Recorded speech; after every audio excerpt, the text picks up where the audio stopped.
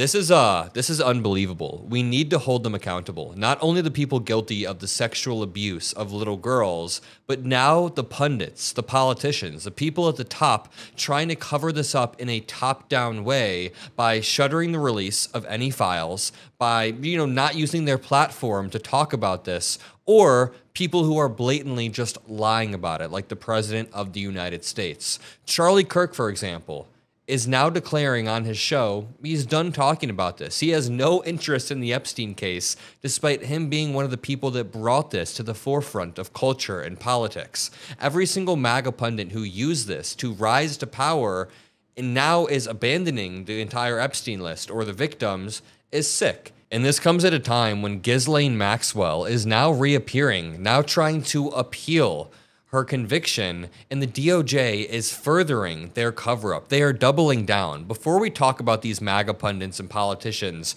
who refuse to talk about this case, let's just start with the breaking news.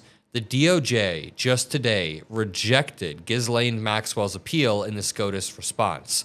Maxwell was convicted by a jury in 2021 of 5 counts involving sex trafficking of a minor and conspiracy. We've learned that there were 100, 200, even 1,000 different victims, but as this number has increased, the amount of actual people committing the crimes decreased from just Jeffrey Epstein and Ghislaine Maxwell. But just today, the DOJ rejected the case. You know it's bad when Fox News is even reporting on this. The Department of Justice on Monday asked the Supreme Court to deny Jeffrey Epstein associate Maxwell's appeal of her sex trafficking conviction. So the Department of Justice, led by Pam Bondi, who is directed by Donald Trump, let's just call it how it is, asked directly to appeal this. And the crazy thing is, MAGA won't talk about this. This dude refuses to talk about it, but we will hold him accountable on this show. Really quickly, make sure you drop a like below, and make sure you're subscribed to the Adam Mockler channel. I haven't been doing as many asks lately, but 60% of the people who watch aren't subscribed, so make sure you're subscribed below. Let's play this in 1 second, but to continue. Maxwell tried to appeal her conviction, saying it should be tossed out for several reasons, including that a plea deal Epstein reached with the federal government in 2007 immunized her, and the statute of limitations had run out. So Epstein reached a sweetheart plea deal with Aosta. Alexander Aosta is somebody who was in the first Trump administration and had to resign due to his association to Epstein. I called this out on Piers Morgan. The party that promised to defeat the deep state very quickly became the deep state. Pam Bondi says, I have the list on my desk right here. They're rather silent for a few months. Then Elon Musk says Trump is in the Epstein list. Then within weeks, apparently the list is gone. I mean, I'm looking at this photo of Jack Posobiec holding up the Epstein files. It says the Epstein files, phase 1. But where's phase 2? There's no phase 2. He actually helped Epstein be prosecuted. He was the only person who was involved, kicked him out of the Epstein. You know all this, like it's just a very. Have you heard of Alexander Aosta? You were duped to cover up sexual abuse of Donald children. Trump was you were kicked duped. him out of his. Alexander Aosta was a Florida district attorney. You can look this up. He knew both Trump and Epstein. He was appointed as a Secretary of Labor under Trump and had to resign in 2017 because people found out that he mishandled the Epstein case in 2007 and let Epstein get an illegal plea deal. Epstein was then able to go re-offend, and Trump appointed him in 2017. So I don't want to hear the dude that was brought to the White House to cover up sexual abuse saying that there was, I don't like, what are you trying to say here? Yeah. You gotta wipe your face. Can you just wipe that little thing off your face there a little bit? You got a little, right, you got a little a mud on your face. You have no points. Hold on a second. That dude was embarrassed. He had no response, none whatsoever. To continue, the U.S. Court of Appeals for the Second Circuit denied her appeal, but Maxwell argued that circuit courts have issued disparate orders about what kind of immunity is granted through non-prosecutorial agreements, such as the one Epstein received in 2007, and that the Supreme Court should weigh in. The DOJ and officials at the DOJ have asked the Supreme Court to not do anything. The DOJ rejects Ghislaine's appeal in the SCOTUS response. And, you know, it's very, very clear. The handling of the Epstein files by the Trump Department of Justice and Trump himself raised serious questions before, but this basically puts the nail in the coffin. Any promise of transparency is thrown out the window. This appeal is being shot down and covered up swiftly, but we're going to make sure that we talk about this relentlessly. And of course, MAGA pundits don't want to talk about this. You know what's funny? Trump is now calling people trying to get them to stop talking about this. CNN reports that Trump publicly threw all of his weight behind Bondi, as we saw, but also privately, Trump has doubled down on his support for Pam Bondi. The president called some of the attorney general's most vocal critics over the weekend in an effort to stem the bleeding over the Epstein files. Trump's calls included one with conservative activist Charlie Kirk on Saturday to express his support for Bondi. That call came as prominent MAGA supporters repeatedly criticized the Attorney General at Turning Point USA's Student Action Summit.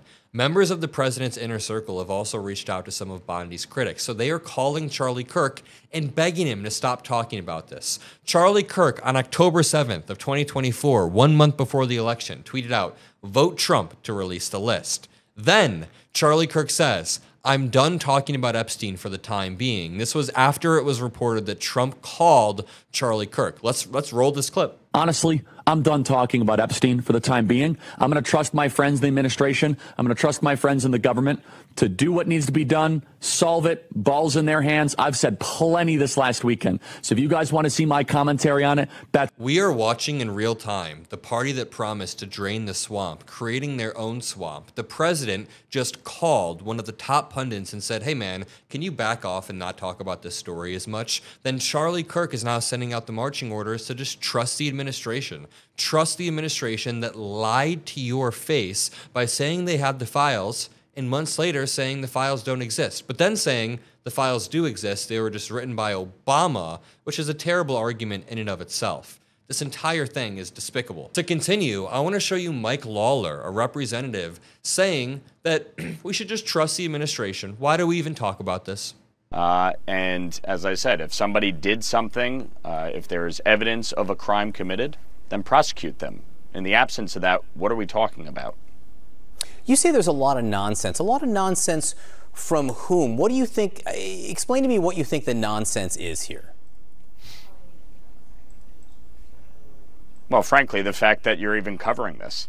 I mean, I don't even understand, frankly, why we're spending a lot of time on Jeffrey Epstein. You know, the fact is he was a pedophile who was arrested. He committed suicide, and his, fixer, if you will, is being prosecuted. So at the end of the day, if there are people who were part of any crimes, then they should be prosecuted. But in the absence of that, what exactly are we looking to do? The information is there. It is well documented what he did, and beyond that, what exactly are we looking for? Understood. Just so you know, it's being covered because the deputy director of the FBI is said to have taken off work on Friday to protest the Justice Department own handling of this, and there have been shouting matches reported inside the White House.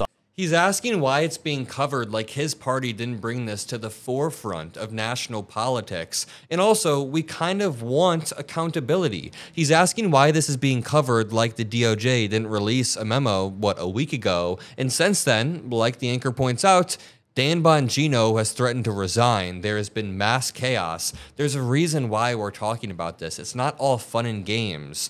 MAGA may be surprised by that because they use the Epstein scandal as fun and games, but we're not going to let this go. If you are committed to doubling down, then let me know in the comment section. Make sure you're subscribed. I'll see you all in the next one. We're going to continue to push relentlessly. We've done like 9-10 videos today. Make sure you've caught all of them, and I'll see you in the next one. Peace out.